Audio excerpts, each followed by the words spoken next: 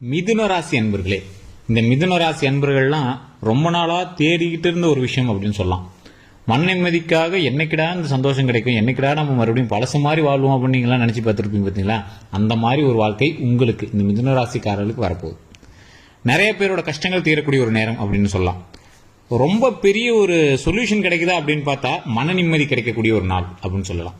அதே மாதிரி தொழில் ரீதியாக முன்னேறணும் அப்படின்னு ஆசைப்படுறவங்களுக்கு இது ஒரு நல்ல ஒரு வழிகாட்டுதலுக்கான ஒரு நாள். சார் 100% எப்படி சார் பர்சன்டேஜ் இருக்கு அப்படின்னா 75% உங்களுக்கு பரவாயில்லையா இருக்கு. அந்த 25% மட்டும் ஏன் சார் இப்படி கடவுள் எங்களை இது பண்றாரு அப்படின்னா அந்த 25% உங்களுக்கு வழி சொல்றேன். அது ஒரு தசாபுத்தி வேலை செஞ்சு அப்படின்னா போதுமானது. இந்த வீடியோ ஸ்கிப் பண்ணாம பாருங்க. கடவுளே உங்களுக்கு ஒரு இந்த வீடியோ உங்களுக்கு உங்களோட காதல வந்து படுற மாதிரி பண்ணிருக்காரு அப்படின்னு நினைச்சுவாங்க. ரொம்ப நாளா நிலுவையில் இருந்த சில விஷயங்கள், நிலமா இருக்கலாம், ஏதோ ஒன்று வாங்கின ஆசைப்பட்டு நீங்கள் வெயிட் பண்ணிட்டு இருந்திருக்கலாம். அதே மாதிரி அதில் போர் போடணும், தண்ணி சம்மந்தப்பட்ட விஷயங்களுக்கு பண்ணணும், அதுன்னு வெயிட் பண்ணிட்டு இருந்திருக்கலாம். அதே மாதிரி நீர் சம்மந்தப்பட்ட விஷயங்கள், நீங்கள் ஏதாவது ஒரு தொழில் சார்ந்து நீர் சம்மந்தப்பட்ட விஷயங்கள் பண்ணீங்கன்னா அதுக்கெல்லாம் இப்போ ஆப்டான ஒரு காலகட்டம் அப்படின்னு சொல்லலாம். அதே மாதிரி இந்த ராசிக்கு இன்னொரு ப்ளஸ் பாயிண்ட் என்ன தெரியுமாங்க? அவ்வளோ சீக்கிரம் நீங்கள் நினைச்சதெல்லாம் வந்து ஸ்டக்குன்னு நடக்காது. ஆனால் என்னைக்காவது ஒரு நாள் நடந்துடும். அந்த கேப் இருக்குல்ல, இடைவெளி, அந்த சின்ன சின்ன தடங்கள்லாம் தாண்டி பண்ணிட்டு இருந்தீங்கல்ல, அந்த தடங்கல்கள் இல்லாம ஒரு பாசிட்டிவ் விஷயம் உங்களுக்கு நடக்க போகுது. ஸோ அது ஒரு பிளஸ் பாயிண்ட் இந்த காலகட்டத்தில் உங்களுக்கு.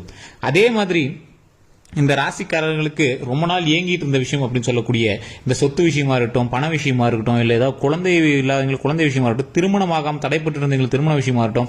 ஆக்சுவலா பெண்களுக்கு திருமணமாகாம ரொம்ப நாள் தடையா போயிட்டு இருக்கு, ஜாதகம் அது தடையா போயிட்டு இருக்கு அப்படின்னா இந்த தடவைலாம் உங்களுக்கு ஒரு அருமையான காலகட்டம். ஸ்டெப் எடுத்தீங்க, பெண்கள் வீட்டில் நீங்க வந்து ஸ்டெப் எடுக்கிறீங்க அப்படின்னா அது ஆட்டோமேட்டிக் நடந்துடும். ஆண்களுக்கு திருமணமாகாம ரொம்ப தள்ளி போயிட்டு இருக்கு அப்படின்னா 70% மேல இப்ப வந்து உங்களுக்கு ஸ்டெப் எடுத்தீங்கன்னா திருமணம் நடந்துடும். சார் ரொம்ப வருடமா ஆயிடுச்சு, திருமண வாழ்க்கையில சின்ன சின்ன சலசலப்புகள் இருக்கு அப்படிங்கிறீங்களா? இப்ப நான் சொல்லக்கூடிய விஷயத்தை இந்த வீடியோ ஸ்கிப் பண்ணாம பாத்துக்கோங்க. தசாபுத்தி உங்களுக்கு சரியாக வேலை செய்தால் தற்போதைய நிலைமையில உங்களுக்கு சின்ன சின்ன பிரச்சனைகள் இருந்தாலும் அது சீக்கிரம் நிறைவேறி அது சரியாயிடும். சரி, என்ன சார் இப்படி தசாபுத்தி வேலை செய்யணும் அப்படின்னு கேட்டீங்கன்னா, மிதுன ராசிக்காரர்களுக்கு இப்போ நல்ல ஓரளவுக்கு பாசிட்டிவான வாய்ப்பு தான். 75% நல்லா தான் இருக்கு. தொழில் நல்லா இருக்கு, வருமானம் நல்லா இருக்கு, குழந்தை இல்லாத குழந்தை பேர் நல்லா இருக்கு, திருமணம் நல்லா இருக்கு. ஆனால் திருமணம் செய்தவர்களுக்கு சின்ன சின்ன சண்டை சச்சரவுகள் இருக்கிறதுனால வாய்ப்பு உள்ளது. அது ஒரு ஆபத்து அப்படின்னு சொல்லலாம், எச்சரிக்கை அப்படின்னு சொல்லலாம். இது முன்னாடியே நான் சொல்லிடுறேன். தேவையில்லாத வாக்குவாதங்களோ வம்பு வழக்குகளோ உங்களுக்கு இருக்கிறதான வாய்ப்புகள் அதிகம். சந்தேகத்தினால் தேவையில்லாத பிரச்சனைகளை உண்டாக்கிறதான வாய்ப்புகளும் அதிகம். அப்ப நீங்க என்ன பண்ணுவோம், சந்தேகப்படாம இருக்கிற அளவுக்கு நீங்க வந்து நடந்துக்கணும். உங்களுடைய வார்த்தைகளும் நல்ல ஒரு மெய்யான வார்த்தைகளா இருக்கணும். அதே மாதிரி வார்த்தை விடும்போது யோசிச்சு வார்த்தை விடணும். கணவன் மனைவிக்கிடையே நல்லா விட்டு கொடுத்து போறது ரொம்ப ரொம்ப அவசியமானது இந்த காலகட்டத்தில். அதே மாதிரி இருக்கிறவங்க திருவண்ணாமலை கோயிலுக்கு போயிட்டு வாங்க. அதே மாதிரி முடிஞ்சா சேலம் பக்கத்தில் வந்து பாத்தீங்கன்னா நாமக்கல்ல திருச்செங்கோடு அப்படிங்கிற ஒரு ஊர் இருக்கும். சேலத்துக்கு நாமக்கல் நடுவில் பாயின்னே சொல்லலாம், நாமக்கல் பக்கத்தில் அப்படின்னு சொல்லலாம். திருச்செங்கோடு அப்படிங்கிற ஊர்ல அர்த்தநாரீஸ்வரர் கோவில்னு ஒன்று இருக்குங்க. அர்த்தநாரீஸ்வரர் மலை, திருச்செங்கோடு அர்த்தநாரீஸ்வரர் நிறைய பேர் தெரிஞ்சுக்கு, தெரியாதவங்க கூகுள் பண்ணி பாருங்க. அந்த அர்த்தநாரீஸ்வரர் கோயிலில் இருக்கக்கூடிய அர்த்தநாரீஸ்வரரை கண்டிப்பாக போய் வழிபட்டுவாங்க. திருமணத்தில் பிரச்சனை இருப்பவர்களும் சரி, திருமணம் ஆகி திருமணத்தில் சின்ன சின்ன சலசலப்புகள் இருப்பவர்களும் சரி, அது சரியாவதற்கு இந்த அர்த்தநாரீஸ்வரர் வழிபாடு உங்களுக்கு ரொம்ப ரொம்ப ரொம்ப ரொம்ப முக்கியம். குழந்தை பேர் உண்டாவதற்கும் அந்த கோவில் மிகப்பெரிய ஒரு உன்னதமான கோயில் அப்படின்னு சொல்லலாம். அதாவது பாசானங்களால் செய்யப்பட்டது. வெள்ளை நவபாசனம் சொல்லுவாங்க. வெள்ளை தசபாசனம் நவபாசனம் கேள்விப்பட்டீங்களா? அந்த மாதிரி பாசானங்களால் செய்யப்பட்டது அந்த சிலை. அந்த சிலையில முகம் தெரியாது. பாதி ஆணும் பாதி பெண்ணும் இருக்கிற மாதிரி, பாதி சிவனும் பாதி சக்தியும் இருக்கிற மாதிரி ஒரே சிலையில் வடிச்சிருப்பாங்க. பூஜை பண்ணும்போது சாமியோட காலில் அந்த கொலுசை காட்டுவாங்க. அந்த ட்ரெஸ் அப்படியே அந்த மேல இருக்கிற பட்டு வந்து அப்படியே நகர்த்தி அந்த காலில் இருக்கிற கொலுசை காட்டுவாங்க. இது ஆண், இது பெண், இது சக்தி, இது சிவன் அப்படின்னு காட்டுவாங்க. அதே மாதிரி அந்த கோயில்ல செங்குட்டு வேலவர்னு ஒரு முருகர் கோயில் இருக்கு. அந்த கோயிலுக்குள்ளேயே அதுல வந்து பாத்தீங்கன்னா செங்குட்டு வேலவருக்கும் முகம் காட்டியிருக்க மாட்டாங்க. கை இருக்கிற இடத்துல ஒரு கோல் இருக்கும், அந்த இடத்துல ஒரு சேவல் இருக்கும். முருகர் அதுலயும் முகம் தெரியாது. அதே மாதிரி அர்த்தநாரீஸ்வரரோட சிலையிலையும் முகம் தெரியாது. எல்லாம் வெள்ளை கலர்ல இருக்கும் சிலை. வெள்ளை நவபாசனம் சொல்லுவாங்க அந்த காலத்திலேயே. ரொம்ப ரேர் அந்த மாதிரி சிலைகள்லாம். அந்த மாதிரி இருக்கக்கூடிய ஒரு வினோதமான இடம். அதே மலை மேல உச்சி பிள்ளையார் கோயில் இருக்கும். சோ இந்த நால்வரும், அதாவது சிவனும் சக்தியும் ஒரே உருவமாக அர்த்தநாரீஸ்வரர் காட்சியளிக்கிறாங்க. பக்கத்துல செங்குட்டு வேலவனா முருகர் காட்சியளிக்கிறார். மேல உச்சியில முருகர் உச்சி பிள்ளையார் காட்சி. குடும்பத்தோடு ஒரு இடத்துல செயல்பட்டு ஒரு குடும்பத்தோடு ஒரு மலையில வந்து இருக்கக்கூடிய ஒரே இடம் திருச்செங்கோடு அர்த்தநாரீஸ்வரர் ஆலயம். அதே மாதிரி அந்த மலைக்கு ஏறினீங்க, நீங்க ஸ்டெப் ஏறீங்க அப்படின்னா கிட்டத்தட்ட ஒரு 50-60 படியெல்லாம் தாண்டிங்க அப்படின்னா ஒரு கால்வாசி மலையில ஒரு நாக சிற்பம் இருக்குங்க. 60 அடி பாம்பு ஒரு சிலை ஒன்று இருக்கும். அங்கே நிறைய பேர் இப்பெல்லாம் வந்து பால் ஊற்றி கும்பிட்றாங்க. அதே மாதிரி கோழில ஒருத்தர் சிலர்லாம் அது இதுன்னு ஏதோ பண்றாங்க. அந்த இடத்துல போய் வழிபடுங்க. உங்களுக்கு பாவ விமோச்சனம் கிடைப்பதற்கு ஒரு சிறந்த இடம். இந்த மிதுன ராசிக்காரர்கள் கண்டிப்பா இந்த தடவை போய் பார்த்துருவாங்க. குடும்பத்தில் சிக்கல்கள் இருக்கிறவங்க அந்த பிரச்சனை சரி பண்றதுக்கு திருச்செங்கோடு தான் உங்களுக்கு ஆப்டான இடம். நீங்கள் திருச்செங்கோடுக்கு போயிட்டீங்க அப்படின்னா அங்கேயே பஸ் இருக்குது, மலைக்கு மேலே கூட்டு போயிட்டு பஸ் இருக்குது. மலையில் போய் கோயில் வாசலே இறக்கிடுவாங்க, நீங்கள் போய் நீட்டாக சாமி கும்பிட்டுலாம். ஸ்தல வரலாறுலாம் அப்படி இருக்கும், மெய்சில் இழுத்து போயிடும். அந்த மாதிரி ஒரு கோவில். அந்த கோயிலில் போய் வழிபட்டுட்டு வாங்க. குடும்ப ரீதியான சிக்கல்கள் எல்லாமே நீங்கக்கூடிய ஒரு ஸ்தலம். ஸோ இந்த மிதுன ராசிக்காரர்களுக்கு ஒரு விமோச்சனம் தரக்கூடிய ஒரு இடமாக அந்த இடம் அமையுதுங்க. அதே மாதிரி வீடு கட்டணும்னு ஆசைப்படுறீங்க, வீடு கட்டுறதுக்கு ஒரு அருமையான காலகட்டம். நிலம் வாங்கணும்னு ஆசைப்படுறீங்க, நிலம் வாங்குறதுக்கு ஒரு அருமையான காலகட்டம். அதே மாதிரி நிலம் வாங்கினவங்க போர் போடலாம். நீர் சம்மந்தப்பட்ட தொழில் செய்கிறவங்க நல்ல ஒரு பாசிட்டிவாக அமையும். மக்கள் தொழில் செய்கிறவங்க தேவையில்லா சண்டை சச்சரவுகள் கொஞ்சம் இருக்க ஆரம்பிக்கும். சேவையே மக்கள் தொழிலாக செய்கிறவங்களுக்கு சின்ன சின்ன சண்டை சச்சரவுகள் இருக்கிற வாய்ப்புகள் இருக்குது. அதை கொஞ்சம் பார்த்து பொறுமையாக பண்ணிங்க அப்படின்னா நன்மைகள் கோடி. அதே மாதிரி இன்னொரு விஷயம் என்ன அப்படின்னா, வம்பு வழக்குகள் உங்களுக்கு நீங்களாவே எதுவும் பண்ணல அப்படின்னாலும் வம்பு வழக்குகள் உங்களுக்கு வரதுக்கான வாய்ப்புகள் அதிகம். ஏதாவது ஒரு லேண்ட் லீஸுக்கு எடுத்திருப்பீங்க, இல்லை யார்கிட்டயாவது பணம் கொடுத்துருப்பீங்க, அந்த பணத்துக்காக போய் கேட்டிருப்பீங்களா, வேற எவனா ஒரு பணம் கொடுத்துப்போம், அதுக்காக நீங்கள் போய் கேட்கலாம் அப்படின்னு போவீங்க.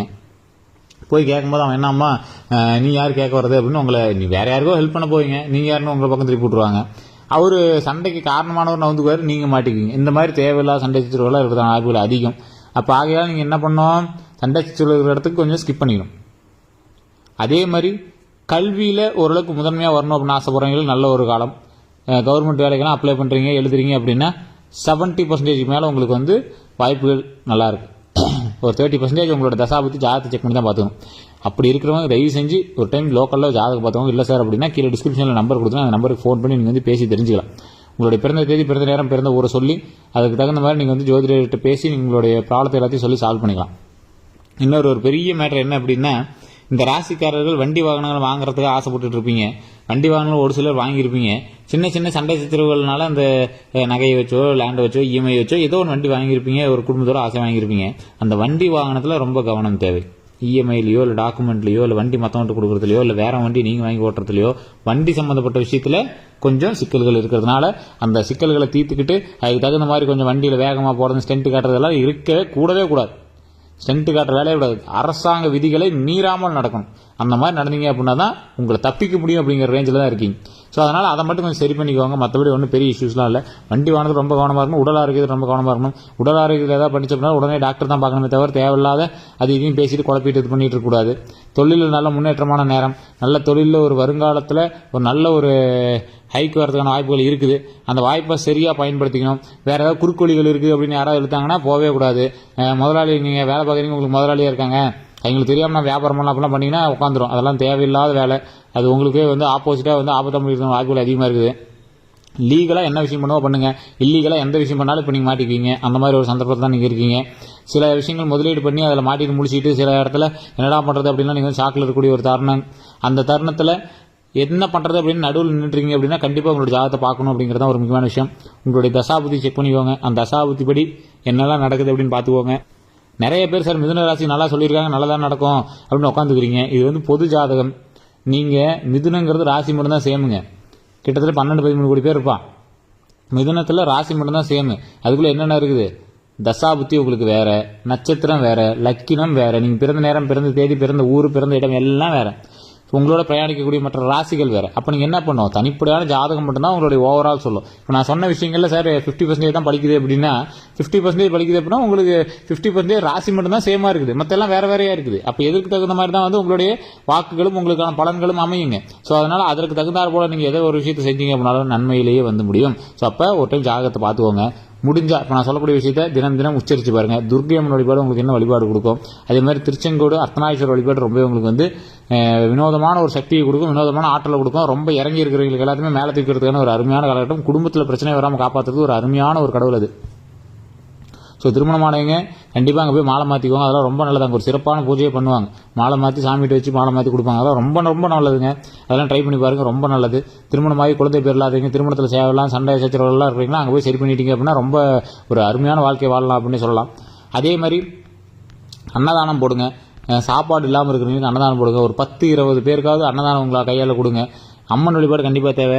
ஓம் அர்த்தநாரீஸ்வரையை போற்றுவோம், அர்த்தநாரீஸ்வரையை போற்றுவோம், அர்த்தநாரீஸ்வரையை போற்றி அப்படின்னு தினம் தினம் 3 டைம் உச்சரிங்க. அதன் மூலமாக மிகப்பெரிய நன்மை உண்டாவதற்கான காலகட்டம் ரொம்ப அதிகம். மற்றபடி ஒன்றும் ப்ராப்ளம் கிடையாது. கல்வி, செல்வம் இது எல்லாமே அருமையாக இருக்குது. தொழில் புதுசாக தொடங்குறீங்க, கொஞ்சம் யோசிச்சு ஜாதகத்தை பார்த்து தொடங்கலாம். ஏற்கனவே தொழில் பண்ணிட்டு இருக்கீங்க, டவுனாக போயிட்டு இருக்கு அப்படின்னா ஓரளவுக்கு ஜாதகத்தை செக் பண்ணிக்கிட்டு அதீத முதலீடுகள் போடாமல் செக் எடுத்தீங்க அப்படின்னா ஓரளவுக்கு பரவாயில்லையா இருக்குது. ரொம்ப பரவாயில்லையான்னு கேட்டால் ஓரளவுக்கு பரவாயில்லையா இருக்குது. ரொம்ப ஹைக் இன்கம்லாம் இருக்காது, மினிமம் இன்கம் எல்லாமே இருக்கும். ஏற்கனவே தொழில் பண்ணிட்டு இருக்கீங்க, சின்ன சின்ன இடமாற்றம் இருக்கும், தொழிலில் சின்ன சின்ன சண்டை சிறுவல் வரதுக்கான வாய்ப்புகளும் இருக்குது. அதை கொஞ்சம் பார்த்து டேலி பண்ணிக்கணும். ஓவராலாக பார்க்கும்போது 100% 75% சூப்பர். ஒரு 25% கொஞ்சம் எச்சரிக்கை. அந்த 25% எச்சரிக்கையும் நீங்கள் நடந்துக்கிறத பொறுத்து அதுவுமே சரியாகும். வாய் சொல்ல ரொம்ப கவனமாக இருக்கணும். தேவையில்லா வாக்குறுதிகள் கொடுக்கக்கூடாது. தேவையில்லாத இடத்துல நீங்கள் வாயை பேசக்கூடாது. அந்த இடத்துல கொஞ்சம் கவனமாக இருந்தீங்க அப்படின்னா மற்றபடி எல்லா விஷயங்களும் வந்து பாசிட்டிவாக நடக்கும். வேறு எந்த ஒரு கருத்துக்கள் இருந்தாலும் மறக்காம கமெண்ட் செக்ஷனில் பதிவிடுங்க. கீழே டிஸ்கிரிப்ஷனில் ஃபோன் நம்பர் கொடுத்துருங்க. அந்த ஃபோன் நம்பருக்கு ஃபோன் பண்ணி நீங்கள் வந்து பேசி உங்களுடைய ப்ராப்ளத்தை சால்வ் பண்ணுவீங்க. எல்லோருக்கும் நன்றி நண்பர்களே.